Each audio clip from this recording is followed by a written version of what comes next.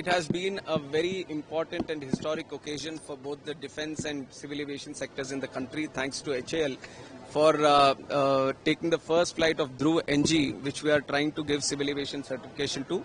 Already the engine which is used inside it, the Shakti engine, has been type certified by the DGCA, which itself is a very important occasion, because we are seeing a lot of invention happening, lot of manufacturing happening for the defense sector through HAL, where civil aviation can take advantage of. And that has been the primary focus under the visionary leadership of Honorable Prime Minister, that the manufacturing ecosystem that HAL has, how can we facilitate it to civil aviation?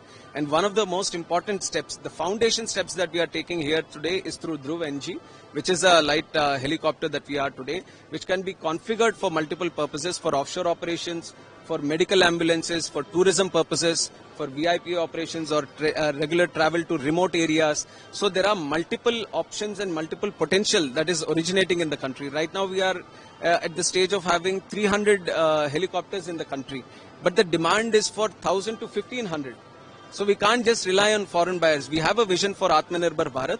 So civil aviation with the DGCA arm also extending a lot of support to the HAL, and HAL also changing their approach from defense to civil aviation has created that wonderful machine which is the Dhruv NG.